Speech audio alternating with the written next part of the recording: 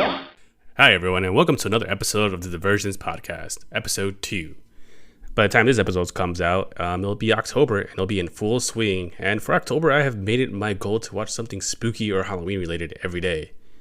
We'll see how that goes, because I'm not the best when it comes to scary stuff or, supernatural thrillers and all that. I get pretty scared easily, mostly because my imagination gets the best of me and I will just run with it. But spooky season is upon us now, and there will be plenty of stuff to watch to really fall into that autumn aesthetic. Again, shameless plug, I do have a YouTube video on top Halloween specials, 90s editions, but if you want something more current, Hocus Pocus 2 comes out, or will be out by the time this episode is out. Another upcoming release is Werewolf by Night from Marvel, which will be on Disney+, and that looks really good, and I can't wait to see that one. And they also got a whole Halloween section there as well. I say check out the Gravity Falls Summerween episode. That's a really good one. I mean, who wouldn't want Halloween in the summer? It's perfect, right? And, well, on the anime side, we got Chainsaw Man coming up and Mob Psycho Season 3. And also Bleach 1000 Year Blood War arc. So we are definitely eating this October. A lot of good stuff coming in. If you had a favorite Halloween special or something that gets you into the season, let me know. I would also love to record a Halloween episode. So looking forward to that towards the end of this month. I like to do something watch every day that's spooky related. We'll see how it goes. But in other news, one thing that I wanted to talk about today is about DLC for video games. This is a topic that I came across one day, and it seems like DLC for video games these days isn't really extra content, but more of a paywall for more gameplay. I know some of you will know what I'm talking about, and for those who don't, sorry about that, but it just sucks how the gaming industry has come when it comes to DLC. Also, for games that offer extra characters as DLC, we get the character right away. Well, it does make sense since we paid for it. I think it would be better if we paid for the content of the new fighter and had to do challenges or some sort of trials to unlock the character. I think it adds more content to the game, and it also feels very rewarding when you get the character. I mean, I just really miss the days of unlocking characters in fighting games. There was a good sense of accomplishment when I finally got a secret character or a hard-to-get character. Especially after all the fighting and everything, like now you have to face them, and if you don't beat them, you have to go through all those trials again just to unlock them. So it just gave me a good sense of accomplishment. I mean, I did like what Smash Bros. Ultimate did with the Sephiroth, actually, and had a timed event, and if you defeated Sephiroth, you got the character early, and if you didn't, then you would have to wait until the release day. I mean, it was pretty cool because it tied into the Final Fantasy VII lore, and you basically made Sephiroth pretty hard to beat. I think they even had an extra hard mode, which was pretty good. I really like that a lot. I think more fighting games should do that, where you get the character, but you still have to unlock them. Because, I don't know, it feels pretty cheap just to pay for it, and then you just get it right away. I mean, I get it. It's our hard-earned money, but I want more experience in gameplay. And like I said, Smash Bros. Did really good with the Sephiroth challenge. But yeah, I think players will be more inclined to purchase DLC that way. I feel very few games have done DLC correctly. Battlefield 4 let players access top tier weapons early with the DLC bundle pack, and all that stuff which should have been included in the main game, it basically became a pay to win basically, which is very horrible. Nobody wants to play pay to win games. Not everyone has a fat wallet. And EA is atrocious when it comes to DLC. It's gotten to the point where it's better to wait for the ultimate edition of their games, which will have all the content for retail price. I mean, Capcom once even did a color palette swap for Street Fighter Third Strike, which you can just guess what it was. It was just color swaps for your characters.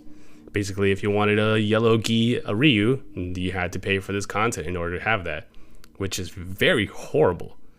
But on the other side, there are games that have extraordinary DLC. One of my faves was Xenoblade Chronicles 2, Torna, the Golden Country. I mean, Xenoblade 2 itself was an incredible game, but their DLC was just a chef's kiss. Extra blades, quests, and items, and a challenge mode, and essentially a whole other game with Torna the Golden Country, which explored what happened in the past in Xenoblade Chronicles 2.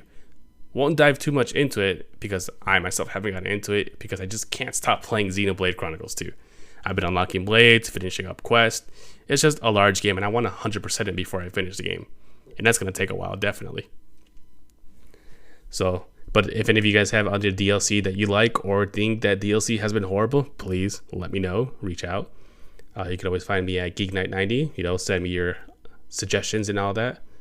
Really appreciate it. Also, one of my favorite cartoonists is coming out with a new show called Unicorn Warriors Eternal by Genndy Tartakovsky, local Chicago legend. He actually went to a high school here, the high school that my girlfriend went to. But it seems to look like it'll be another hit in his esteemed library of works. For those not familiar for what he created, he did Dexter's Lab, Samurai Jack, Symbionic Titan, and Primal. As well as he worked on other series such as Batman the Animated Series, Powerpuff Girls, and directed the Hotel Transylvania movies. That's a pretty esteemed resume if you ask me. Essentially, this guy knows how to animate and create great shows. Not much details have been given on his new show, aside that a team of heroes awaken early and have lost some of their memories, and need to prevail against the darkness. I mean, I'm already hooked. And it seems like there's a new artwork with updated character designs, and that looks really good. So check that out. Again, it's called Unicorn Warriors Eternal. So look it up. I think it's going to be a hit. I can't wait for that to come out. And hopefully it doesn't get canceled because of stupid Discovery and HBO Max. And definitely check out his other work. I mean, part of me is still hopeful for a Symbionic Titan return. Symbionic Titan is on Netflix, so definitely check that out. It is a top tier cartoon. I love that cartoon so much. I guess to give that cartoon like a brief synopsis, it's basically Voltron meets a John Hughes film. If you're not familiar with John Hughes' work, think of things like, well, not Breakfast Club, but like Ferris Bueller Saves the Day, 16 Candles, I believe. I'm not too familiar with all of his work, but it's all those 80s coming of age teenage films. But it also has giant robots, so Symbionic Titan is pretty good. It also has a very iconic scene that everybody knows about it, but unfortunately that's not what it's all about. And if you definitely watch it, I don't think you will ever be disappointed. I mean, one of my favorite scenes is that comes afterwards, this iconic scene, which again, I don't want to tell you because you just have to watch it for yourself. I told my girlfriend to watch it, and she was just like cracking up about it. And yeah, so definitely please check out Symbionic Titan. It's such a great show, and I really hope it does come back. It's just very unfortunate that it got canceled in the first place. Actually, not even canceled. Again, it was written off for tax purposes. And you guys know how upset I am about that because of Warner Bros. And Discovery. But the only reason is because it just didn't have a good toy deal, and it sucks. I mean, the show was phenomenal, and just to cancel off just because you guys couldn't sell a couple of toys, I mean, I also don't even remember seeing any marketing for their toy line, so that's on them, if anything. And it just really sucks because Gendy has such a great career, and he keeps getting screwed over by studio departments. Well, not studio departments, but just by big name studios and corporations, because I know the whole reason he was directing Hotel Transylvania was because he wanted to make that Popeye movie. And I saw this all at a panel that he was having at C2E2 a couple years ago. Phenomenal panel. Such a great panel. I learned a lot about behind the scene works and just the animation industry in general, and just how hard it is, and just, you know, his genius, I guess I could say.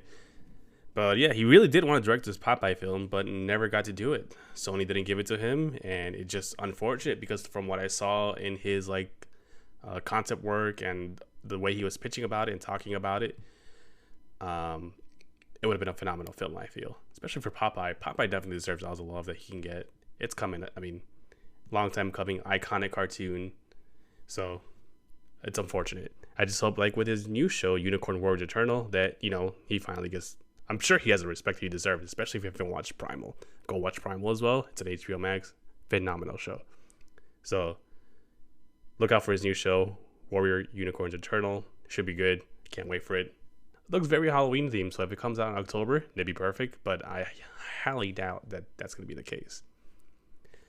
Also, another favorite of mine is Pokemon Red and Blue will be celebrating their 24th anniversary here in America, and those are the best-selling JRPG games ever as well.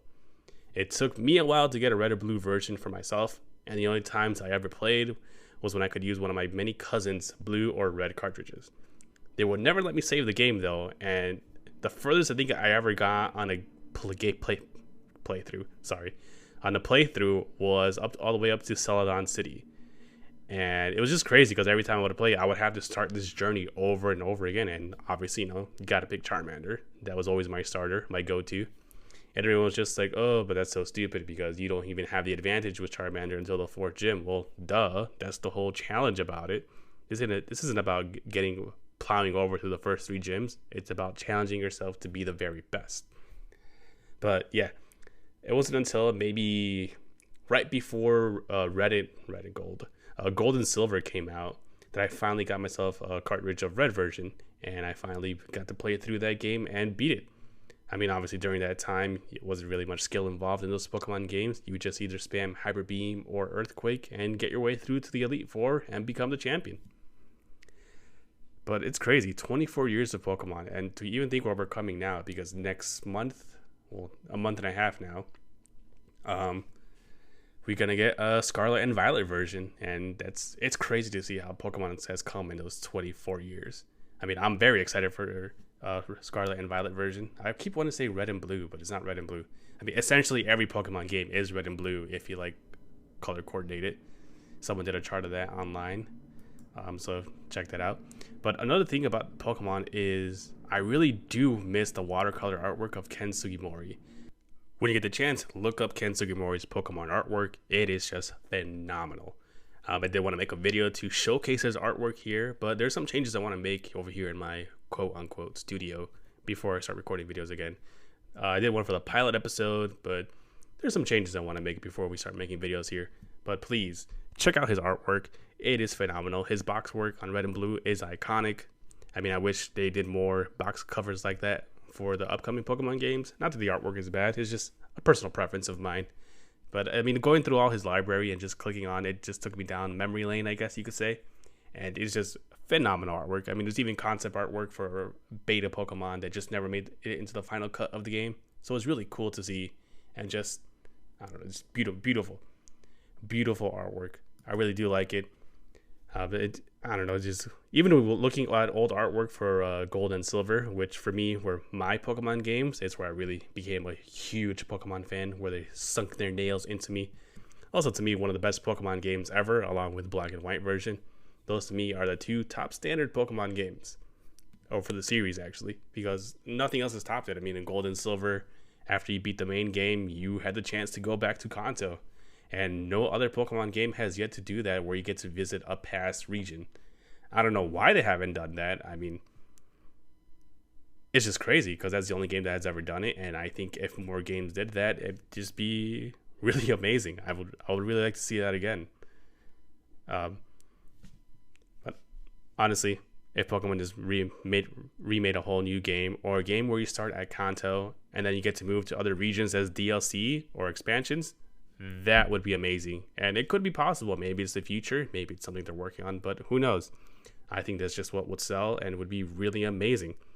I mean, I know they're starting to experiment with new mechanics in Scarlet and Violet with multiplayer and not following a linear storyline, so we'll see where the Pokemon franchise goes from here on out. I mean, it's just crazy that it's still going after 24 years.